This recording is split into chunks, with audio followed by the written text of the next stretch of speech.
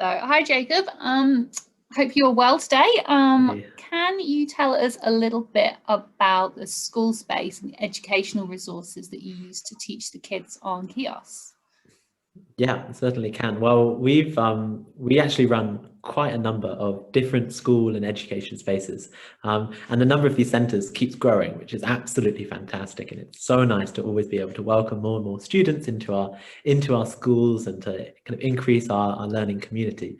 And a couple of years ago, we had two spaces, and now across both Chios and the other island, Samos, we have about 7 different centres. And there's a lot of students. It's close to 800 students who are coming over a week. The problem with having 800 students is that it also means you need 800 sets of everything. We need school bags, we need pencils, we need crayons, we need just equipment that is actually the very basic minimum that you need to actually learn. And if you're in a normal town, then you can probably pop down to W.H. Smith and buy what you need. But for families and for young people that live in the camp here, being able to go to a stationery shop isn't a reality, and not just because there's constant lockdowns, but people don't actually have the financial ability to go and do that. So us as a school being able to provide these materials is the difference between someone being able to learn and someone not being able to learn. So we're always really looking for more and more support so that we can give out not just a basic pen, but a really nice school kit that's going to motivate someone to stick with it and keep on their learning journey. What's it like being a kid on Chios? How did they get on, and what was their experience of being trying to get to school and being able to go and learn to achieve the ambitions that they've got? Oh, it's pretty tough. Most of these children have been on a journey, fleeing their country for many, many months, and in some cases years, before they've even got to this island. And when people get to Chios, they actually start just another period of waiting, and this waiting can last months and months. We have children here who have been 1 year and 2 years, and in some cases 3 years. And a lot of that time is spent in a big camp, and this camp is really far out of a town. It's hidden in the mountains, and people live either in just flimsy tents or in really bad caravan-like structures.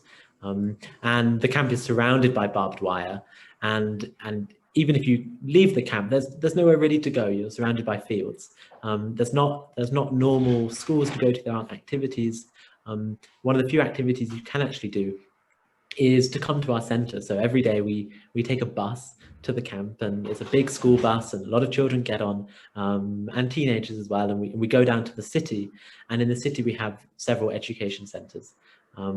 But this is just a small part of your day. This is maybe 4 or 5 hours. Then you come back to this horrible environment. But it's for that reason that these quite rare spaces are so important, and that when people come to these spaces, they're greeted with smiles, they're greeted with a colourful and vibrant atmosphere, and they have all the equipment that they need to learn. That's fantastic. It must make such a difference to their day-to-day lives, and being able to think ahead to what they want to achieve in the future as they reach their education goals and things.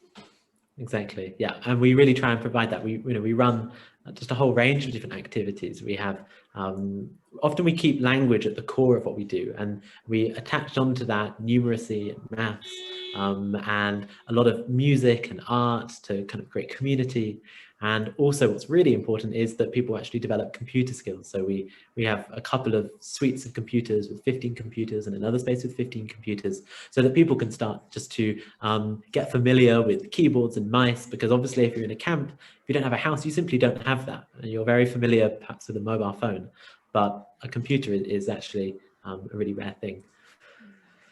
That's brilliant. And we hope that going forward over the coming year, the schools in Marlow and the local community will be able to help support that work, so you can continue to grow it and reach out to more kids. So thank you very much for sharing all that with us. And we look forward to being able to help play our part. Thank you.